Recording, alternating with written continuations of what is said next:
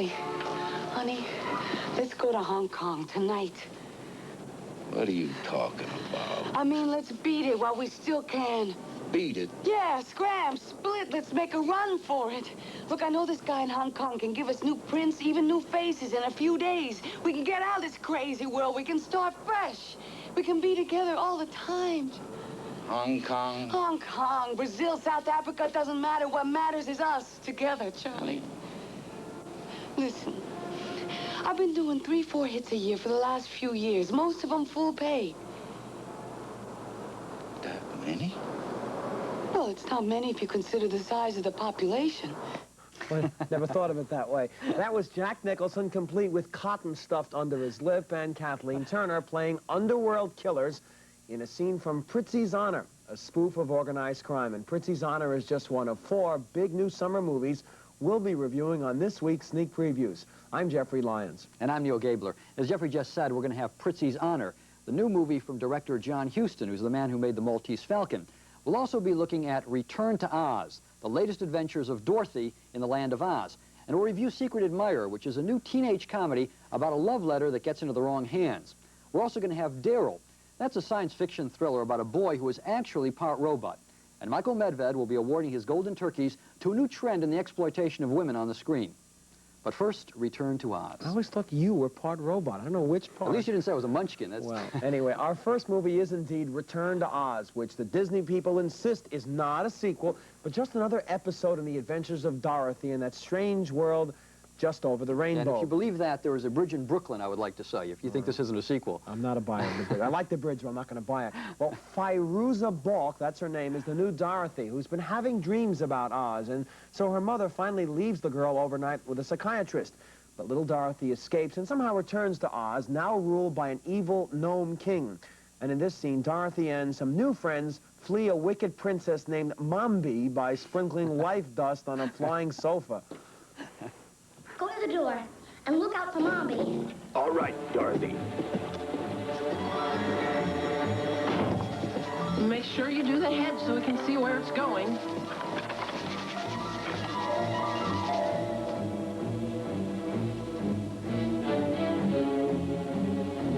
It's not working. Oh, there must have been some magic words. What were they?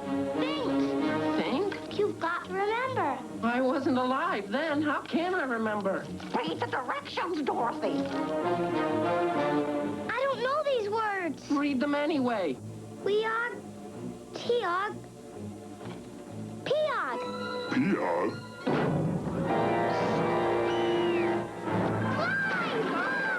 Wait for me! Wait for me!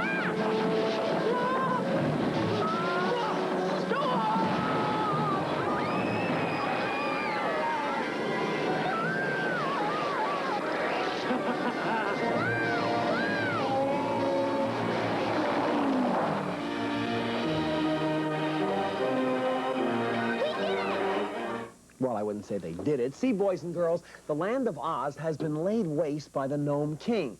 And only by restoring her old friend the Scarecrow to Oz's throne can Dorothy set it all right. And here she confronts the Gnome King.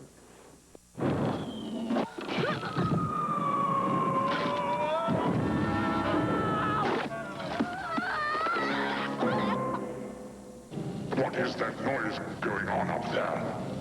I don't know, Your Majesty. Where are we, anyway? Oh, this is terrible. Suppose I meet another Gump. I'd die a second time of embarrassment. I don't think you'll have to worry about meeting any other gumps up here. Tell me who you are and why you have come all the way to my kingdom and what I can do to make you happy. It must be the Gnome King. Where is he? I don't see anybody. My name is Dorothy Gale, Your Majesty. And these are my friends, Tick-Tock, Jack, and the Gump.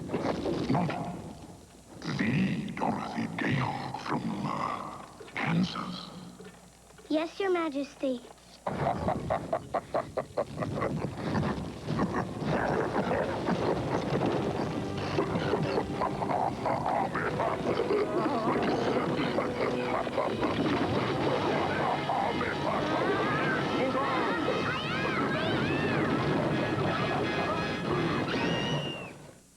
Well, no matter what they say, it's impossible, I think, at least for me, not to think of Return to Oz as a limp sequel to one of the greatest movies ever made. And maybe that's what I dislike so much going into the film. Or maybe it's the forgettable background music in strong contrast to Harold Arlen's glorious music from the original.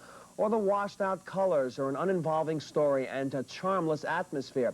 Oh, some special effects are momentarily inventive, but others are routine. But there's no magic here, no glow, nothing remotely matching the genius of the original. So it didn't take me long watching Return to Oz to begin clicking my slippers together, closing my eyes and saying, there's nothing like the original. There's nothing like the original. Yeah, even if you don't compare it to the original, everything in this Oz is ossified. This movie is so slow. It takes a half an hour to get going. Absolutely. There's a half an hour of exposition. So kids are bound to be put asleep by this movie. There's really no spirit to the film. There's no enchantment. There's no sense of adventure. I'm not saying it's not impossible for 6- or 7-year-olds to find some joy here. What I am saying is the original... I doubt that. Well, I don't think okay, they will. I won't even go that far. The original is seen every year several times on network TV. It's readily available in stores. So in many ways, it's not even an old movie from the long-distant past. In many ways, it's almost a current film. If you're going to make a movie, call it a sequel and try to match the magic or do something different. That has charm. There's no joy here. I really didn't find any joy in this picture. No enchantment. You used that word, and I think that's the real problem here. It's a dull, boring movie. Well, now on to something else. So rare that you quote me. I'm flattered. Well, now on to a comedy called Secret Admirer. Now, the situation here is that a teenage girl has a crush on a male friend of hers. So she sends him a love letter, anonymously, of course. Now, he thinks the letter came from this gorgeous blonde classmate, so he sends the blonde an anonymous letter of his own declaring his love. Well, the blonde wants to meet her secret admirer, so she asks the girl who wrote the original note to act as a go-between. Oh, yeah. Please, Tony, you gotta tell me who this is. All right. You want to meet him tonight?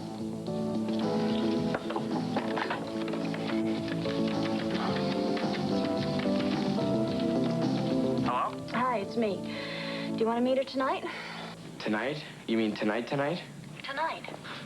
Yeah, sure, okay. Does she know who I am? No, that's why she wants to meet you. Okay. I'm ready. What time? 8 o'clock at Cambridge Park. Okay, thanks a lot, Tony. Thank you so much. And what do you think I should wear? Paper bag over your head.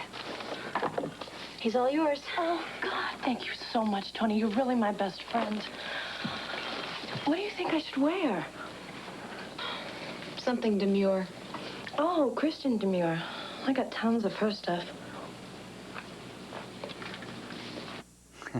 Well, these love letters get in the wrong hands. Are you laughing at that joke, really? Yes, I am. I think it's a cute joke. I'm glad, Neil. Well, these love letters get in the wrong hands. In fact, they get in the hands of the kids' parents. But the parents don't know that the letters were written by the teenagers. In fact, each one assumes that his or her spouse is having an affair. It gets very, very complicated. And in this scene, the suspicious parents are together at a bridge party, but I don't think that trumps are what they have on their minds. Okay, winners move up, losers move down. Well,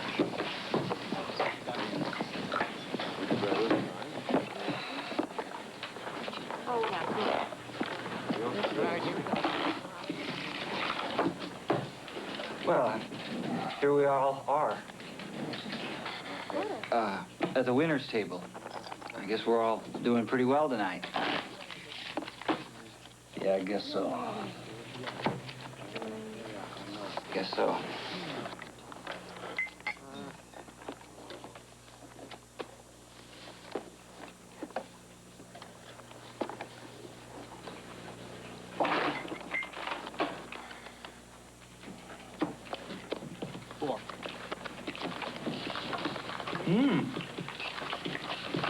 Well, Elizabeth, you've really outdone yourself on the affairs. On the hors d'oeuvres. Fine. What I said, wait a minute, I said hors d'oeuvres. You said affairs! And hors d'oeuvres. Oh, yeah? What is what you said? I don't know what I said, I was being polite. I'll show you polite.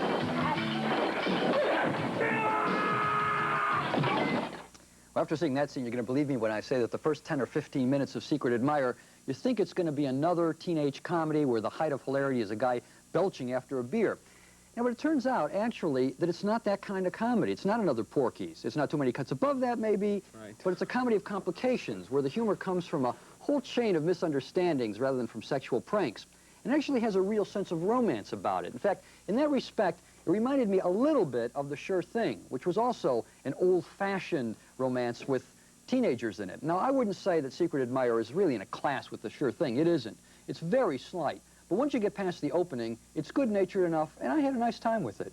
Boy, I'm surprised, Neil. I have to be honest with this. I really enjoyed this movie while I was watching it. Instantly forgettable. It's the kind of picture I give a mild yes to, and you give an emphatic no to, usually. I like the actors here. I like C. Thomas Howell, who plays the young boy. I like Lee Taylor Young, who heads a fine cast of the adults.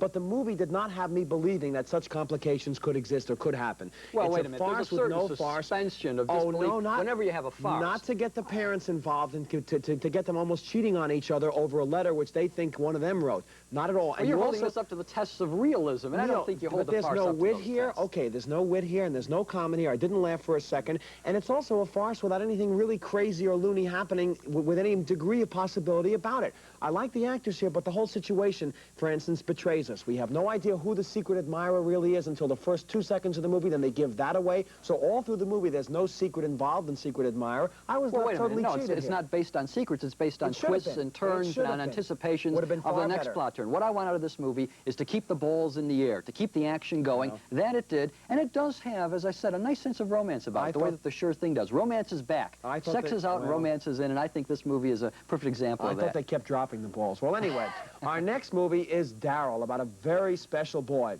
DARYL, you see, stands for Data Analyzing Robot Youth Life Form. He's sort of a boy who's half robot and half human because he has human tissue, but he has a robot brain. And he suddenly turns up in a town with no memory, so local authorities, unaware of what DARYL is, place him in a foster home while trying to locate his parents. Now, pretty soon, DARYL begins to fit in. He makes friends, he goes to school like any normal kid, and in this scene, DARYL's playing baseball for the very first time. I guess the main thing to understand, guys, is that baseball is the essence of all life in the universe. Therefore, we don't fool around. We don't joke about this. We take this very seriously. Otherwise, we go play something else, okay? Like washing the car. Want to try and hit a few? Okay, sure. Come on. And just do it just like I showed you, just like in the baseball cards, you know? You kind of stand sideways. I'm going to pitch it by you, and you just take a swing at it and see what happens, okay? No, you're not going to need this. Whole nother part of the game, okay? Huh? Okay, Daryl. Ready? We'll take it easy on you the first time.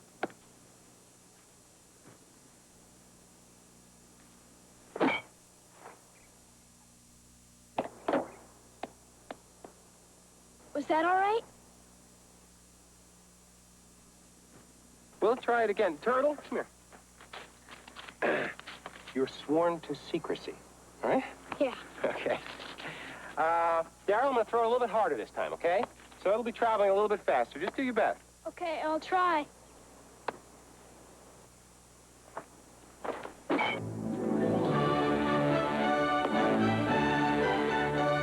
Daryl? Turtle, come here. You're a natural. It's the wrong movie. Robert Redford will play him growing up, right? They I love could that use him line. at third base for the Los Angeles Dodgers. I wish they'd sign him up. I love that line. Baseball is the essence of all life. I agree, and I know you do, too. I sure do. But DARYL is not just a natural hitter. He's got lots of other talents. He's a whiz at computer games, and as his foster father quickly finds out, DARYL can handle a family banking all by himself. I'm going to bat you fourth, okay? Mm-hmm. That way, we can get Jody to bunt. And if we can get Jody to stay on base, we got a prayer.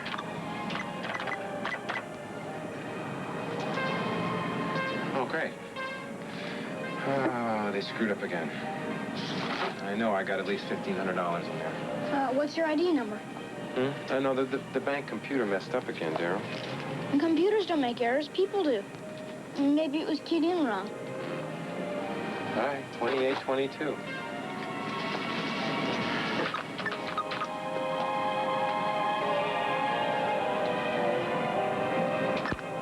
How much do you want?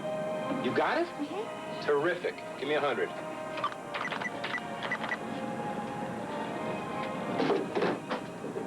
Yeah. All right, what does it say I got in there? Oh, enough. Get back in the car. Hey, Daryl, grab my card, would you? Okay.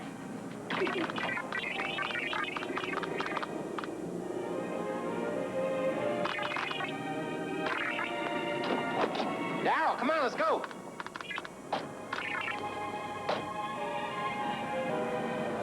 Thank you for using the time machine. You're welcome. Just about a year or two, my young son will learn how to do that trick. Now, we should say... Every family ought to have one. That's right. The foster father doesn't yet know that Daryl is part robot. He thinks he's a normal kid. Now, if the movie Daryl looks like fun, it is sort of. It's not loads of fun, I grant you, like War Games or Superman. But there are some delightful moments here. Still, Daryl does have some problems. For one thing, it falls into familiar gears pretty early on. You know, for instance, that sooner or later, someone, probably from the government, will find Daryl and take him away and try to destroy him, or it, if you will. But in a summer when most of the new movies I've seen are at best routine, I gave Daryl a bit of room, a whole lot of room, in fact. And even though I knew what would happen next more often than not, I didn't mind. Daryl is mildly entertaining, but this summer, I'll take it, I'll take it. Boy, you chided me for secret admirer. Okay, so we're even. Now, this right? movie, I think, is pleasant. While I was watching it, I didn't sit there and say, oh, my gosh, you know, when is it going to end? But I don't know whether I'd really feel comfortable paying $4 to see it. Right. It's a kind of movie that I wouldn't mind seeing on cable TV. So just walk up to the teller and press the thing in and get a whole lot of money. Why do you say that?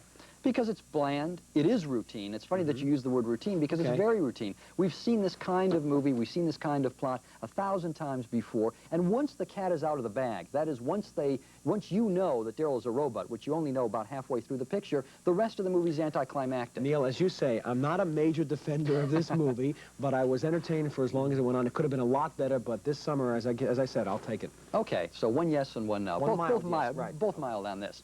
Our next picture is PRIZZI'S Honor, directed by John Huston, who made classics like The Maltese Falcon and Treasure of the Sierra Madre. And I'm going to say right off that I think PRIZZI'S Honor is the best movie he's made in ages, and I think it ranks right up there even with his best work.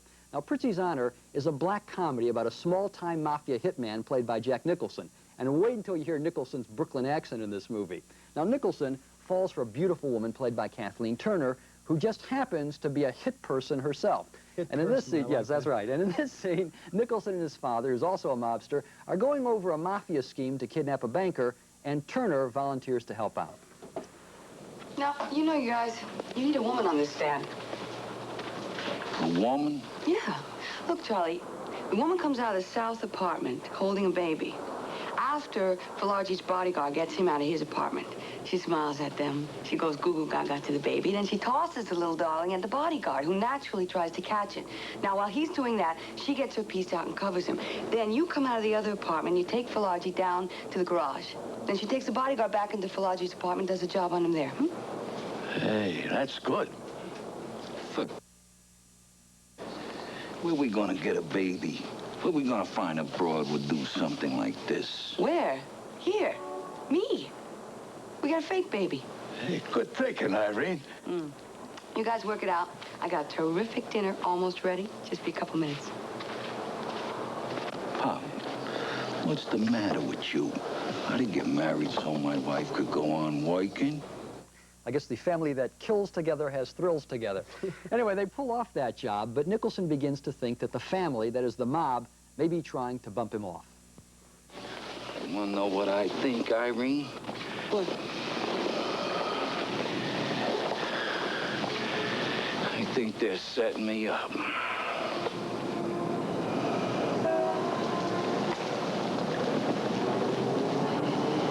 I think you're right, Charlie. I think they're after our scalps. How do you know that? I got a couple things to tell you. I went out to L.A. on orders from the Don. He told me to bring back the money I took from Louis Palo plus 50% interest. So you did Zart's Louis Palo. You swore to me that you didn't. You lied to me! I lied to you because you wanted me to. I only told you what you wanted to be true. And I told the Don it was all my doing. But, Charlie, I'm so sorry. What's the other thing you got to tell me? Dominic's put out a contract on you. What are you, nuts? Charlie, I'm the contractor. Dominic hires my own wife to clip me? Charlie, he didn't know I was your wife. He just wanted the best. I think she has a professional conflict of interest here. Well, I'll be the first to admit that Prizzi's Honor isn't going to be everyone's cup of tea. I think the first half, where Nicholson courts Turner, it's a romance between two professional killers, is very funny and very clever stuff, but it's also very black and subtle, and I can see that audiences might be put off by that. And I think Nicholson is absolutely incredible, but I can see where fans of his might be disappointed that he's not playing the sly, cagey fellow that he usually plays. He's taking lots of chances here, and for me, I think that Prizzi's Honor is a movie that takes enormous chances. It's intelligent, and it's stylish, and it's very entertaining, and my only complaint is that it begins to sag once it loses interest in the relationship between Nicholson and Turner, and it turns into a mafia melodrama, really. But one half of a terrific movie is certainly better than none, and I think the first half of Prizzi's Honor, at least, is just great stuff. Well, I'll agree with you. I like the first half better, but it's not my only complaint. You know, Richard Condon wrote this, and he wrote The Manchurian Candidate, which became a great movie. He's a fine novelist whose works I almost always like. Here, his screenplay is overwritten, it's muddled, it's impossible to follow, and after a while, Nicholson just didn't do it for me. I thought he was doing Brando and On the Waterfront. Boy, I thought it was a spoof without spoof. More. There was no electricity between him and Turner as the movie went on. Point by point, I couldn't disagree with you more. Couldn't get into I think it's refreshing for a change when everybody's imitating Steven Spielberg to have a movie that challenges the audience, that's full of surprises. From scene to scene in this movie, well, I don't want to give them away, there wouldn't be surprises. Take an hour to but from scene to scene, there are so many interesting twists and turns in this plot, even tonal changes from comedy to melodrama. Even though I don't think that's an entirely successful change, I still think it takes chances. If you're going to make a movie about mafia hitmen, I want to be on the floor much more so than I was in, like, The Gang That Couldn't Shoot Straight. Wait, it's not that kind of comedy, Jeffrey. Right, it's not that kind of comedy. It's a black comedy. It's a subtle comedy. And I think Nicholson is magnificent. No, it's hard to play small, and that's what he's doing Didn't here. believe his these, thems, and those accent. Didn't. Reminded me of you, but I didn't believe it. Anyway, so a big disagreement on this movie. Well, now let's check in with Michael Medved up in our projection booth as Michael bestows his Golden Turkey Awards on a new trend he spotted in movies: feminist exploitation of women. Michael?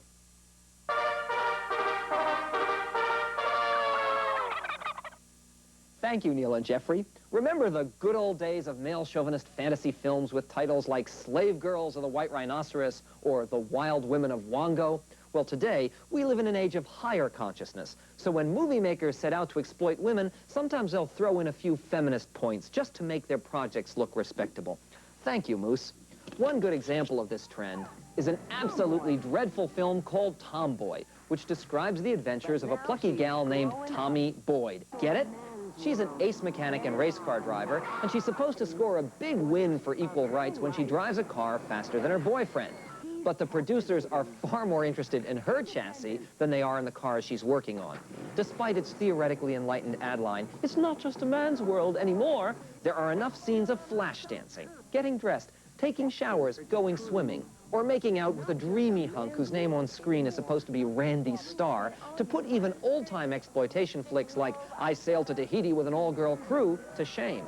And speaking of shame, just one of the guys is an absolutely shameless ripoff of Yentl, in which the main character is a glamorous Arizona teenager who is upset by the fact that no one will look beyond her beautiful body to take her seriously as an aspiring journalist. So naturally, she decides to dress up as a guy and transfers to a crosstown high school where she spends nearly all her time standing around in the men's room or hanging out in the boys' gym. At the end of the movie, she finally reasserts her femininity and wins the attention of the boy of her dreams by proving she has a larger chest than the queen of the senior prom. In the midst of these pseudo-feminist fables, it's almost a relief to see an undisguised attempt at sincere and straightforward sleaze, like Cave Girl. Almost a relief, but not quite, because this movie is so hopelessly inept. What can I say for this unfunny fantasy about a high school nerd who, through chilling special effects, is magically transported 25,000 years back in time to fall in love with a cave girl with a fur bikini and a bad dye-in perm job? The only thing to say is that the movie makers do manage to keep their cameras in focus most of the time. And we'll try to keep our eyes in focus to alert you to all the most important new trends in turkeydom. I'm Michael Medved. Well, now we're going to summarize how we felt about the movies that we looked at this week. We agreed on Return to Oz, the sequel to The Wizard of Oz, even though they say it's not a sequel. Jeffrey found it cold and charmless, and I thought it was plotting and lacked the enchantment of the original, so who knows. But we disagreed on Secret Admirer. That's the comedy about some love letters that cause all sorts of complications. Jeffrey thought it was just another empty-headed teenage sex comedy. Now, I don't think it's a sex comedy at all. It's a good-spirited farce, even if it's instantly forgettable, so one yes and one no. And we disagreed again on DARYL, the science fiction thriller about a young boy who's part robot. Jeffrey was mildly entertained, and at least he liked its potential enough to vote yes. Now, I have nothing against the movie. It's pleasant enough, but I don't think that it's worth $4.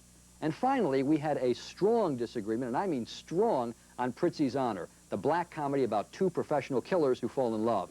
Jeffrey found it confusing, muddled, and unfunny. Now, I think it's funny, stylish, and surprising, and Nicholson turns in one of his most interesting performances, so one no and one yes. Next week on Sneak Previews, it's time for our second annual drive-in special. We'll look at some more big summer movies, including Clint Eastwood in Pale Rider, St. Elmo's Fire, and no doubt one of the biggest movies of the summer, Cocoon. So we'll see you next week at the drive-in, and until then, polish up the grill work on the old convertible and save us the aisle seats.